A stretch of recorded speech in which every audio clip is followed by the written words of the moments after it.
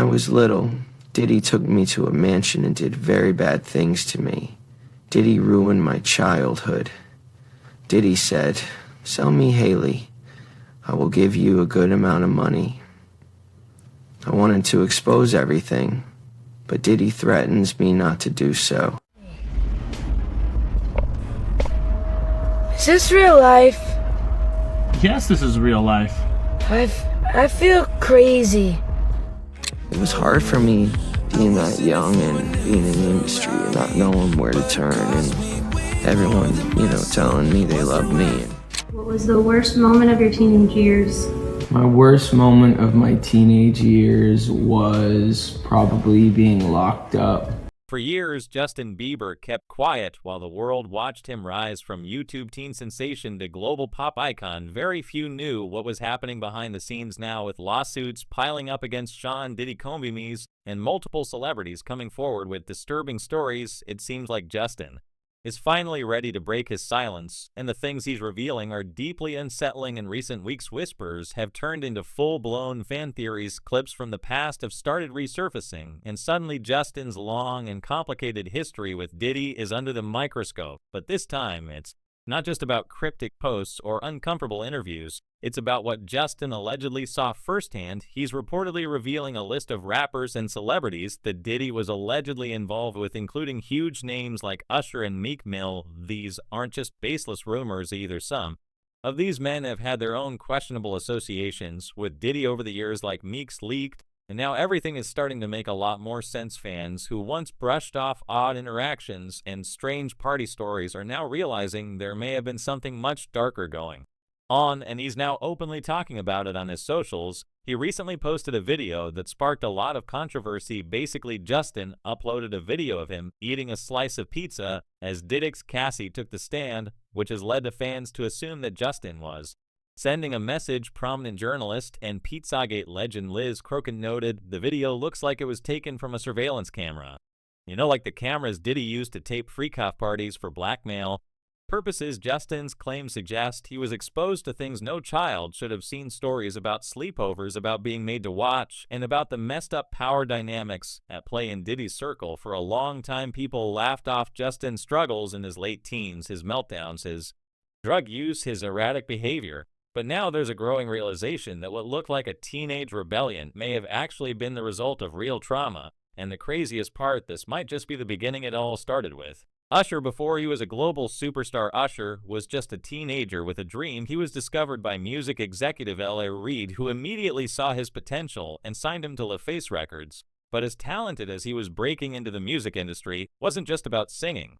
There were unspoken rules and powerful figures to impress. That's where Sean P. Diddy Combs came in early in his career. Usher was placed under Diddy's mentorship. He was told that if he wanted to make it big, he had to learn from the mogul who ran the game, and Diddy was one of the biggest names in the business. So still in his teens, Usher packed his bags and moved in with Puffy. The idea was to train him, to teach him how to move in the industry, how to build a brand, how to be great. I moved to New York City, and I lived with Sean Puffy Combs for a year. But according to Usher himself in past interviews, what he experienced wasn't exactly a traditional mentorship. At first, it was exciting. He was around celebrities in high-energy environments, soaking up knowledge. But it didn't take long for that excitement to turn into confusion and discomfort. Usher started noticing things: parties that didn't feel right, people coming and going at odd hours, behavior that didn't match the professional image Diddy showed the world. Usher admitted that it was overwhelming. He was young, far from home, and suddenly surrounded by a lifestyle that felt more chaotic than inspiring. Over time, the mentorship faded, and Usher began to distance himself, though he rarely talks about that period in detail. Fans have long speculated that his early time with Diddy left a mark on him, and now with all the recent allegations and Justin Bieber stepping forward to talk about his own time with Diddy, many are re-examining Usher's story with fresh eyes. You see, Usher met Diddy when he was just 13 years old. Diddy became his legal guardian and produced Usher's 1994 debut album. At first, it seemed like a major opportunity, learning from someone with serious industry power, but Usher later revealed that he was exposed to a lot more than just music during those early years. In a 2004 interview with Rolling Stone, Usher reflected on that time, saying Diddy introduced him to a lifestyle that was far too mature for someone his age. He mentioned that the environment was overwhelming with things happening around him that no young teenager should have been exposed to. Now, with multiple allegations and lawsuits surfacing against Diddy, many people are looking back at Usher's early experiences with fresh eyes. What once sounded like a wild part of the industry now feels troubling, especially knowing Usher was just a kid. Let's just go get some girls. Let's go get some girls. Man after my heart, that's what I'm talking about. We hit him like this, so me and you walking, we hanging out, you know, a little later on the night after the Usher concert. There's also this old Jimmy Kimmel Live segment, adding to fan fears about what might have gone down with Diddy. Got me a Lamborghini. Oh, well, that's nice. I haven't gotten it yet, though. When is that coming, that Lamborghini? We talked about this last He time. had the Lamborghini for a day or two, and he had access to the house, and he knows better than to be talking about the things that he does with Big Brother Puff on national television. Oh, apparently not. Some things, everything ain't for everybody. This all comes as Bieber's followers are worried for him, the singer's erratic social media posts causing concern week after week, the Beliebers asking if what he's seen behind the scenes of the industry. When Justin was 13, Usher signed him.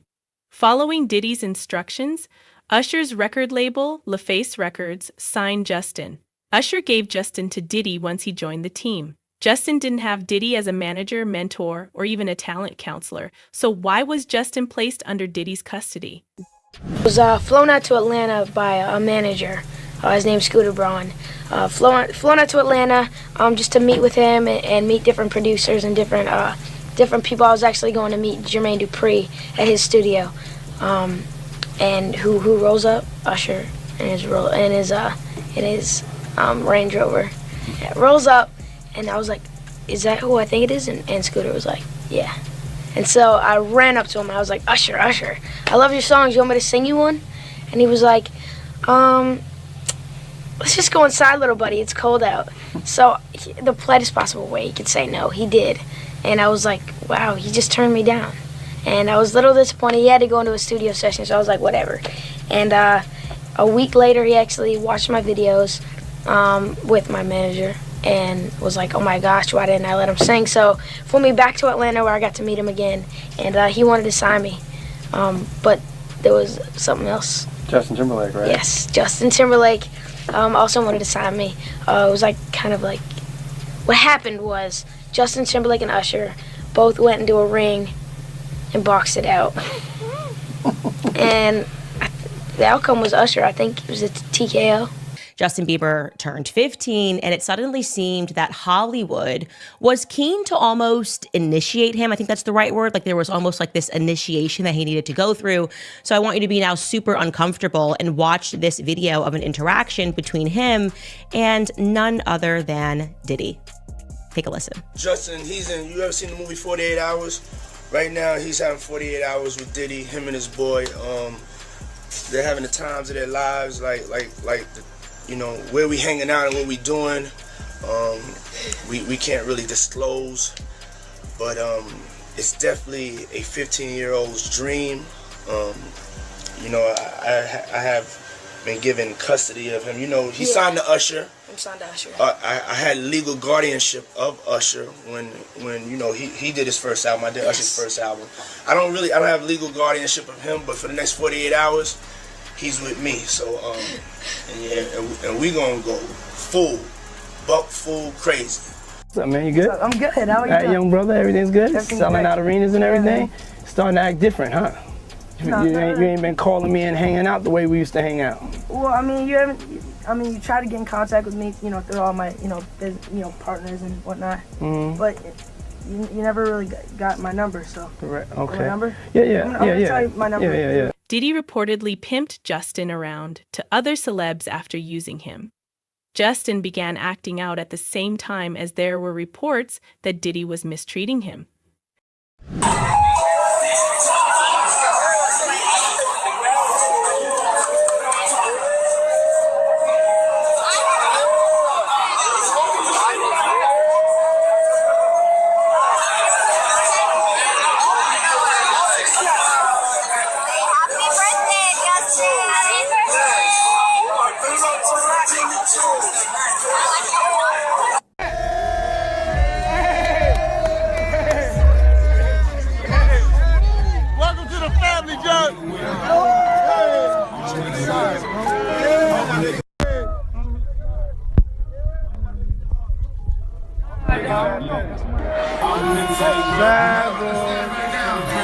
Bad boy. Bad boy. Bad boy.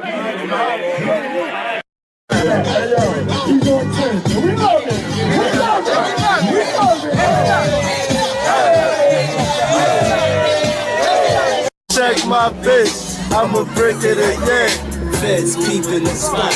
Hey, feds outside, like them Yeezys go dry. Yeah, she think.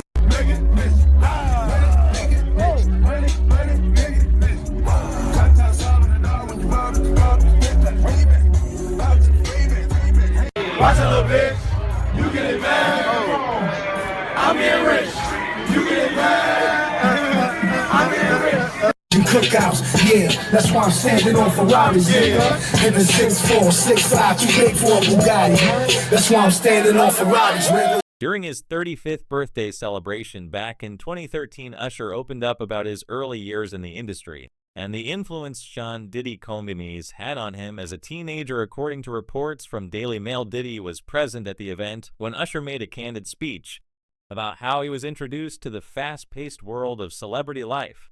"I was introduced to everything by Puff Daddy when I was only 15. Usher said, recalling the kinds of parties and the lifestyle that came with being around Diddy. Despite admitting he'd had a taste of it all, he made it clear that he never let those experiences control him. He even added that he wouldn't take back the advice Diddy had given him over the years. Later, in a 2016 interview on The Howard Stern Show, Usher reflected on that same time period. He brought up Diddy's infamous Puffy Flavor Camp, a nickname for the gatherings and trips that were part of Diddy's mentorship. Usher described those parties as places where very curious things were happening, and when Stern asked whether he would ever send his own children to something like that, Usher didn't hesitate. "Hell no, I did say is that there were very curious things taking place, and I didn't necessarily understand." Looking back now in the context of the ongoing allegations surrounding Diddy, Usher's past comments feel even more important. What once seemed like wild industry stories now raised serious questions about what young artists were being exposed to behind closed doors. Usher hasn't publicly said much about Diddy in recent years, and his silence has been especially noticeable ever since the wave of lawsuits and serious allegations against the Bad Boy Records founder began flooding the headlines. While other artists have distanced themselves or subtly acknowledged the situation, Usher has kept completely quiet, not a single word. But in September 2024, fans noticed something strange. Usher had wiped every post from his ex, formerly Twitter profile, all of it gone, no explanation, no farewell note, just a completely blank timeline. When people started asking questions, Usher claimed he'd been hacked. Still, the timing felt too on the nose for some people to buy it. After all this happened, right around the time the FBI reportedly began investigating Diddy, and those in his inner circle, naturally theories started flying. Some believe Usher is staying silent out of fear that Diddy might still have influence over him or even hold damaging information from their past. Others think the post-purge may have been a precautionary move, scrubbing anything that could potentially connect him to the deeper mess behind the scenes. Fans have pointed out that Usher was one of the few people who had a front row seat to Diddy's lifestyle from a very young age, and it's no secret that he was exposed to a lot early on. Whether he's protecting himself, others, or just doesn't want to get involved, his total silence hasn't gone unnoticed, and in a moment where everyone's watching, that silence is speaking volumes. As Justin Bieber begins to speak out about his own early experiences with Diddy, fans are connecting the dots. Usher's past comments now seem like early warnings about an environment that may have harmed more young artists than anyone realized. Now, Justin Bieber seems ready to speak out, not just about what happened to him, but about everything he witnessed growing up around some of the most powerful names in the industry. For years, people brushed off his rebellious phase as just a young star going off the rails, but now fans are starting to see it differently. Maybe it wasn't just teen angst, maybe it was trauma. Sources close to Justin say he was around near the end when Diddy's parties weren't so much wild as they were unsettling. He wasn't just being brought to events for fun, he was being shown a side of the industry no teenager should have been exposed to, and he wasn't alone. Usher was often there too, having already lived through his own years under Diddy's influence. Justin has reportedly started revealing more of what he saw behind closed doors, how things really looked when the cameras weren't rolling. He saw how Diddy operated. He saw the dynamic between Diddy and Usher and how that relationship wasn't just about music or mentorship. There was an unspoken power imbalance, and Justin, still a kid himself, was caught right in the middle of it. And now, after years of staying quiet, deleting posts, and avoiding questions, it looks like he's finally done, carrying the weight of those memories alone. And while JB talks about Usher, he is also coming to the public about all the other people that got involved. One of them was Meek Mill's, one of the more explosive claims in Rodney Lil Rod Jones' lawsuit against Sean Diddy Combs Mees is buried in the footnotes.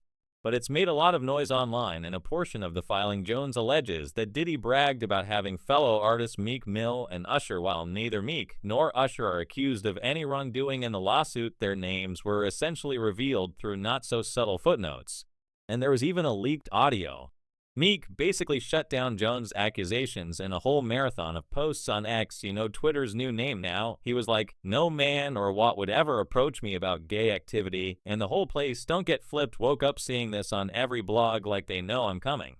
Oh well, that's classic Meek, right? They're always raw, unfiltered, and straight to the point on social media. But this time, that same unpolished vibe kind of worked against him. Instead of calming things down, fans and followers jumped on his every word, especially since he was so loud about declaring his heterosexuality. It almost felt like the more he insisted, the more people dug in with questions and jokes. But Meek Mill, who's been linked to Diddy in all kinds of stories over the years, has been pretty clear about shutting down the rumors that there was anything romantic or sexual between them. You might have heard about some wild parties they've both been to together, including that infamous 2014 Grammys party that Meek actually hosted, that one got broken up by the cops, which only added to the drama and speculation. But despite all the rumors flying around, Meek has consistently denied that anything like a sexual relationship ever happened between him and Diddy. Their connection mostly comes from the music world. They worked together quite a bit between 2012 and 2015. For example, Meek is featured on Diddy's track I Want the Love, and Diddy returned the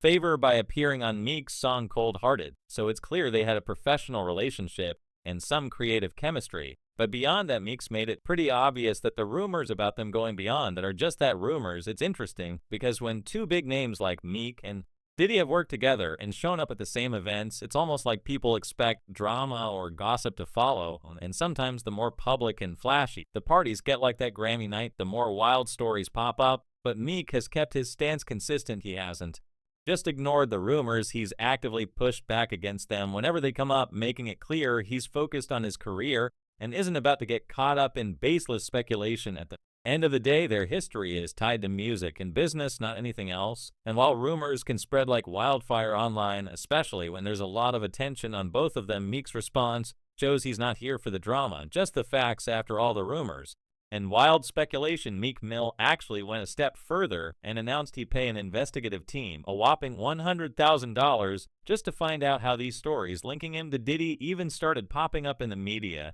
That move really made people sit up and take notice. It wasn't just a casual denial anymore. It was like Meek was saying, someone's out here trying to mess with my name on purpose by offering that kind of money. He was basically hinting at a conspiracy or some behind-the-scenes effort to smear him. What's interesting is that Meek hasn't directly responded to Diddy's own allegations or statements about him. Instead, he's kept things pretty vague but firm. Back in April, he posted on social media, "I don't believe no Diddy story," and added, "once they lied about me," making it clear he's skeptical of anything coming from that side and feels like he's been targeted with false information before. It's like he's saying, I've been through this kind of drama before, so I'm not falling for it.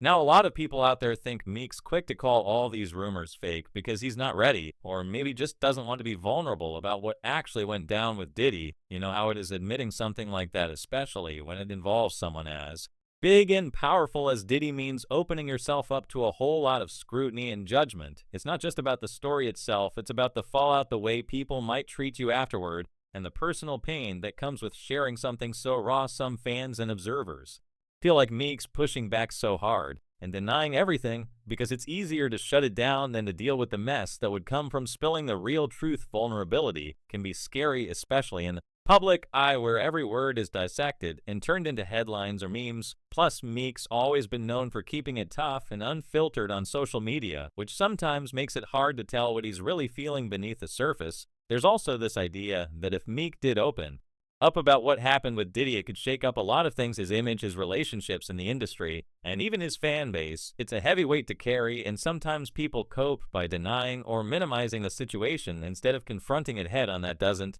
mean he's lying or playing games. It could just mean he's protecting himself in the way he knows how. And there are other stars too, who apparently JB had seen with Puff. Diddy's been known for throwing some seriously wild parties over the years, and Fab definitely seemed to have seen his fair share of them. In fact, back in 2021, Fab shared funny little story on his Instagram about one time he pulled an Irish exit at one of Diddy's parties. For anyone not in the know, an Irish exit is when you sneak out without saying goodbye, usually by pretending to go to the bathroom and then just disappearing. Classic move when you want to avoid the awkwardness of leaving a party. Fab explained it pretty perfectly. You ever got peer pressured into going to the afters? You really want to go home or back to the room, but you don't want to be the turn down to the turn up, basically.